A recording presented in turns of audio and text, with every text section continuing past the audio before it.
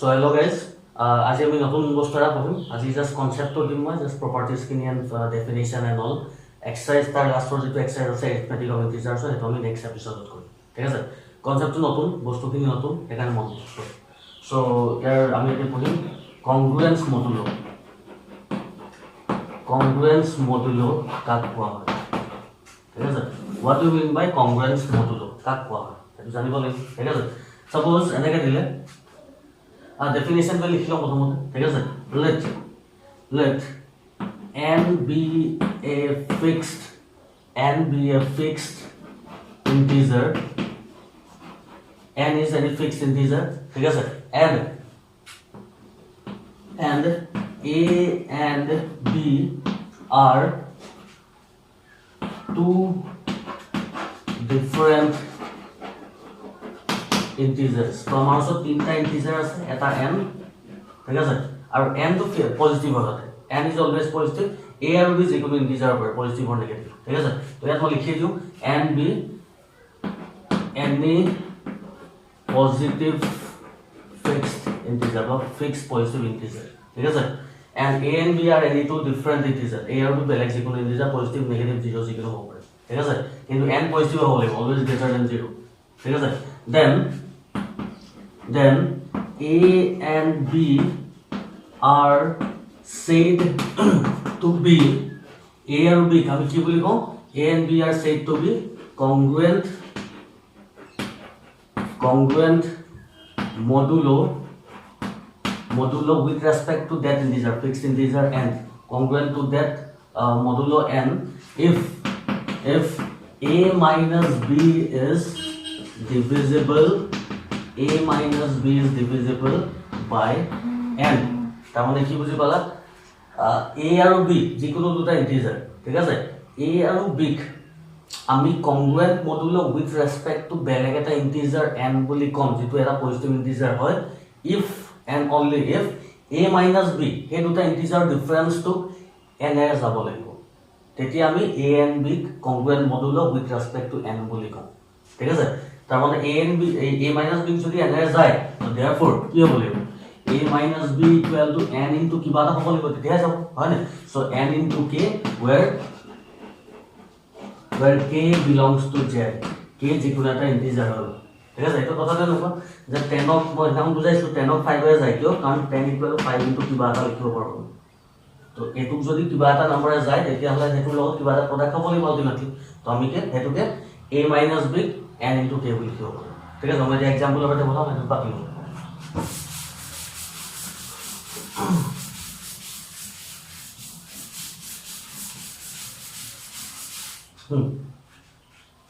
Suppose n equal to 3, suppose n to positive হ'ব লাগিব obviously, হয় না। a equal to suppose 10, b equal to suppose 4, এটো ঠিক আছে। এইটা মই ইন্টিজাৰ লৈছো, এতিয়া a minus b কি হয়, a minus b কৰিলে কি পাম, 10 minus 4 মানে 6,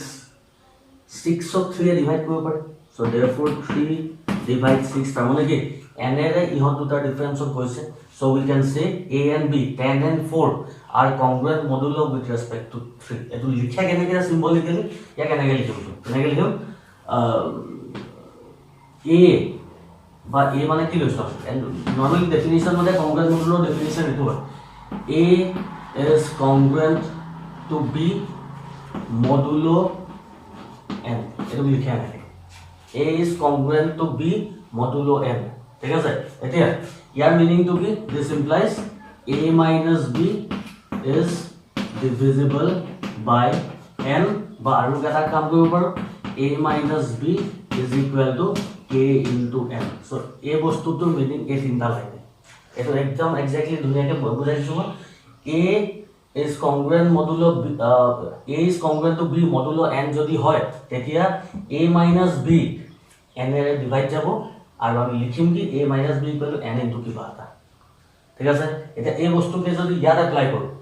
a জায়গাত আছে কি আছে, কত গল, a জায়গাত আছে 10, b জায়গাত আছে কি 4, n or জায়গাত আছে 3। আমি ইয়াত লিখিম কি a is congruent to b, that is what, 10 is 10 is congruent to b জেগাত কি আছে 4 modulo n what is modulo n here modulo n মানে 3 এটো কথা বা আৰু এটা কথা ইয়াৰ পৰা 10 minus 4 is second line to পাইছে is divisible by 3 10 minus 4 মানে কিমান 6 equal to 3 into কিবা 3 into 2 down যেনেকৈ 3 n into কি হৈছিল ইয়াত 3 into 2 হৈ গ'ল সেই জেগাত হৈ গ'ল বুজি পাইছা ক্লিয়াৰ হৈছে বুজি পাইছা পাতি ভাৰ এটা কৰোঁ তেনেকৈ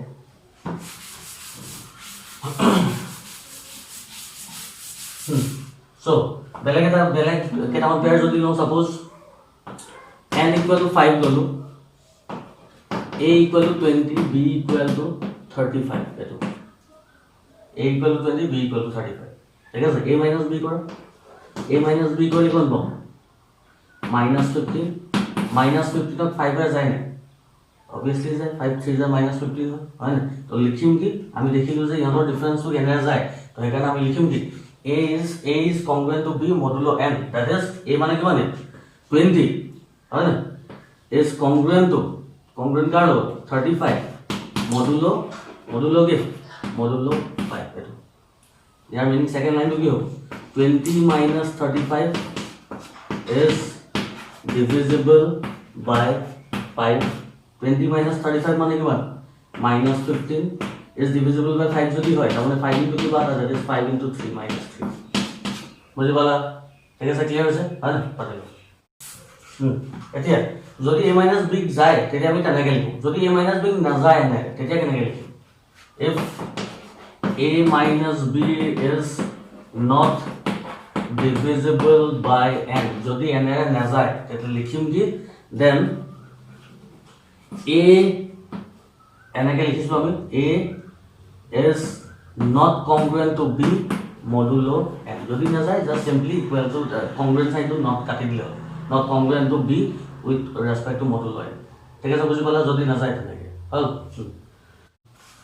সো ইয়ালৈকে ডেফিনেশন তো বুঝি পালো আমি হয় না ডেফিনেশন বুঝিলো এতিয়া আমি প্ৰপাৰ্টিজ কেইটামান পঢ়ি পেলাই আজি এপিসোড ইয়াতে কৰিম সো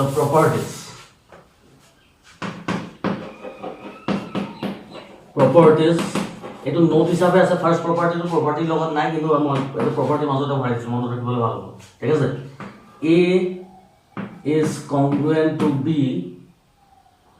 modulo 1 এটো সদায় হসা a আৰু b যিকোনো ভ্যালু হোক যদি 1 হয় পাল n ৰ জায়গাত যদি 1 হয় তেতিয়া a will be always congruent to b কিয় কাৰণ a minus b কৰিলে কিবা এটা পাম ইন্টিজাৰ এটো to 1 এ যাব obviously every integer is divisible by 1 বুঝি পালা জি এল লাগিলে 3 and 5 ললো 3 minus 5 কিমান -2 to 1 এ যাব বা যেটো বা জি ইন্টিজাৰ বহু -1 এ ন যাব ঠিক আছে তো any two integers are always congruent with respect to modulo 1 clear আছে next second property a is congruent to a modulo n যদি এটা ইন্টিজাৰ নিজৰ লগতে আমি ডিফাৰেন্স উলিয়াম a minus a কিমান 0 n এর যাব n বা জি হোক পজিটিভ ইন্টিজার জি হোক যাব বুঝি পালা so a number is always congruent to itself with respect to n তার মানে a minus b ultimately 0 হবে 0 to n এর যাব ক্লিয়ার আছে number 3 if a is congruent to b modulo n then b is congruent to a modulo n এটো একদম common sense কথা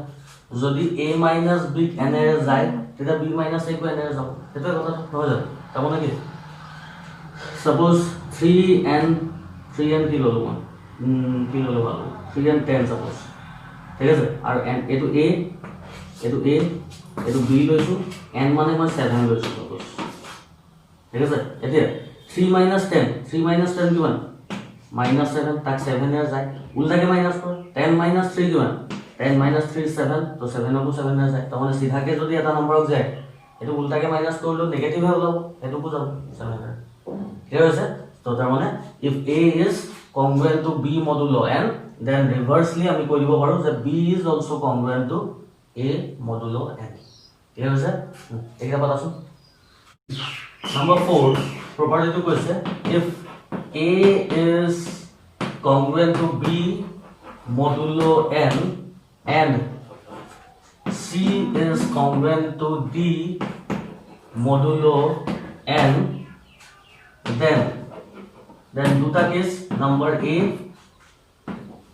plus B is congruent to B plus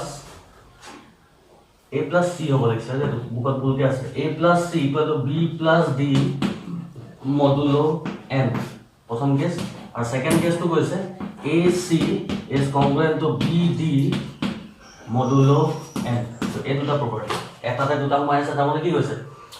যদি দুটা case satisfy দুটা বেলেগ বেলেগ ইন্টিজার কাৰণে A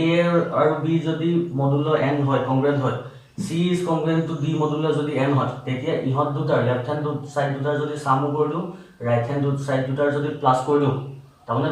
এই দুটা ইকুয়েশন যদি এড কৰি দিও তথাপি স্যাটিসফাই হৈ থাকিব ঠিক তেনেকৈ মাল্টিপ্লাই কৰিলো AC is congruent to BD modulo N ঠিক আছে এইটো ভেৰিফাই হয় না চাই লম চেক কৰি চাম নম্বৰ 1 টো চাই ঠিক আছে সাপোজ A মানে লৈছো মই কিমান 5 B মানে লৈছো সাপোজ কিমান 10 হয় N মানে লৈছো যেনিবা 5 তো A আৰু B দুটা ললো C আৰু D বেলেগ লম C equal to suppose কিমান C equal to suppose 15 D equal to suppose 25 N equal to N to same থাকিব লাগিব দুইটাতে N একে আছে A আৰু B A B C D হে বেলেগ বেলেগ লব ঠিক আছে এটা ফার্স্ট কেস তো A is congruent to B modulo N তাৰ মানে 5 is congruent to 10 modulo 5 হৈ আছে obviously ঠিক আছে ঠিক তেনেকৈ সেকেন্ড বস্তু 15 is congruent to 25 modulo 5 হৈ আছে এতিয়া ইয়াত কি কৈছে ফার্স্ট প্ৰপাৰ্টিটো মতে যে A plus C A ফালৰ দুটা প্লাস কৰিব গৈছে ইয়াত A ফালৰ দুটা প্লাস কৰিলে কি হ'ব 5 plus 10 sorry 5 plus 15 কিমান 20 is congruent to A ফালৰ দুটা প্লাস কৰিলে কিমান 10 plus 25 what is 10 plus 25 10 plus 25 is 35 modulo 5 হয় না চেক কৰা হয় না সমানে নহয় কাৰণ 20 minus 35 minus 15 minus 5 হৈ যায় বুজি পালা কি কলো তাৰ মানে এনেকে যদি দুটা লাইন স্যাটিসফাই হৈ যায় ইহন লেফট হ্যান্ড সাইড দুটা প্লাস কৰিলে ৰাইট হ্যান্ড সাইড প্লাস কৰিলো আনসারটো মানে স্যাটিসফাই হৈ থাকিব এটো মডুলাস ঠিক আছে ইয়ালৈকে হয় first to verify second to verify কৰিছো এটো মহাইছো দে একটা বস্তু লৈছো সাপোজ এতিয়া মাল্টিপ্লাই কৰিব লাগে সেকেন্ড টু কাৰণে কি কৰিম A into C মানে কি এটা মাল্টিপ্লাই কৰা কিমান হ'ব 5 into 15 that is 75 is congruent to 10 into 25 মানে কিমান 250 modulo 5 হৈ আছে হয় না এটা বাইটো মাইনাস কৰা 250 পৰা 75 পালে কিমান থাকে 1 minus 175 হয় minus 175 minus 175 5 যাব না obviously ঠিক আছে বুজি পালা সো আমি যদি দুটা লাইন এনেকুৱা যদি দুটা pair modulus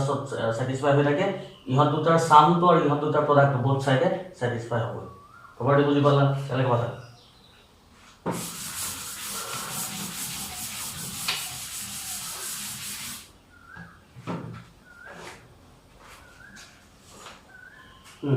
Number 5 if A is congruent to B modulo N then number A plus C is congruent to B plus C modulo N আৰু number B AC equal to BC modulo N আগৰটো দুটা equation দিয়া আছে দুটা line দিয়া আছে ইয়াত এটা লাইনৰ ওপৰে আমি দেখাব লাগে ইয়াত কিন্তু C নাই আছে এটো C নাই কিন্তু ইয়াত C এটা আহি গৈছে তাৰ মানে কি আমি যদি A is congruent to B modulo N দিয়া থাকে ইয়াৰ লগত যদি কিবা এটা ইন্টিজাৰ প্লাস কৰো C সাপোজ এটো প্লাস কৰিছো আৰু ইয়াৰ লগতো সেম ইন্টিজাৰ বোথ সাইডে সেম ইন্টিজাৰটো প্লাস কৰো তথাপিও এটো স্যাটিসফাই হৈ থাকিব ঠিক তেনেকৈ বোথ সাইডে যদি সেম ইন্টিজাৰ এটা মাল্টিপ্লাই কৰো তথাপিও স্যাটিসফাই হৈ থাকিব বুলি কৈছে ঠিক আছে চেক কৰিছো নম্বৰ A টো A equal to suppose কিমান 8 B equal to suppose 12 হয় না C equal to suppose 2 N equal to suppose 4 এটো ঠিক আছে এটা মই ভ্যালু লৈছো এটা বহাইছো যিকোনো তোমালোকৰ মতে যিকোনো লব পাৰা মই এটা লৈছো হয় না number A plus C A2 plus A2 কৰিলে কিমান না প্ৰথমে চেক কৰিছো A2 হৈ আছে তাৰ পিছতে এখিনি হ'ব হয় না প্ৰথমতে এটো চাব লাগিব এতিয়া A is তাৰমানে 8 is congruent to B মানে 12 মডুলো n মানে 4 হয় না চেক কৰিছো 8 minus 12 minus 4 4 যায় ঠিক আছে মই তেনেকৈ লৈছো হিচাপ তেনেকৈ চাই মানে হয় না সো এটো স্যাটিসফাই হ'ল এতিয়া আমি কৰিব লাগে c টু বোথ সাইডে প্লাস কৰিব গৈছে তো c মানে কিমান 2 2 এটা প্লাস কৰে কিমান হ'ব 8 plus 2 10 হৈ যাব কংগ্ৰুয়েন্ট টু 12 plus 2 কিমান 14 মডুলো 4 হয় না নহয় সো 10 minus 14 minus 4 4 দি যায় ঠিক আছে ক্লিয়াৰ হ'ল প্ৰথমটো আমাৰ স্যাটিসফাই হ'ল সেকেন্ডটো কাটা চাও ভ্যালু একে কিটা থাকক সো আমি পাইছিলো যে 8 is congruent to 12 modulo 4 হৈ আছিল হয় না সেম ইন্টিজারটা বোথ সাইডে মাল্টিপ্লাই কৰিব লাগে তাৰমানে আমি c টো মাল্টিপ্লাই কৰিম c মানে কিমান 2 2 ৰে মাল্টিপ্লাই কৰা 8 2 16 congruent to 12 2 কিমান 12 2 24 modulo 4 হয় না নহয় বাৰু modulo 4 হয় না সো 16 minus 24 minus 8 4 দি যায় ক্লিয়াৰ হ'ল বুজি পালা হয় না সো আমাৰ কাৰণে দুইটা স্যাটিসফাই হৈ যায় ঠিক আছে পাতিলো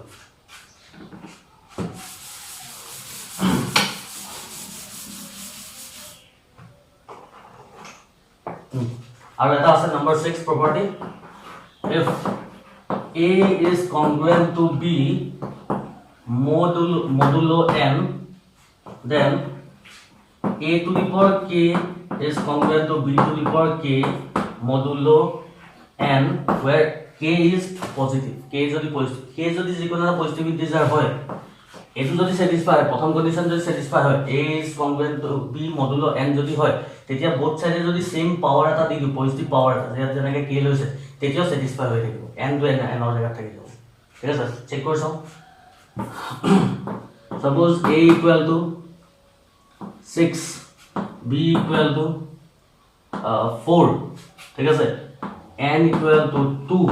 k equal to 2 বেলেগ লব পাৰ তোমালোকে ঠিক আছে বা k equal to 3 লৈ লৈছো প্ৰথমতে আমি চেক কৰিছো এইটো হৈছে না a is b a is congruent to b modulo n তো 6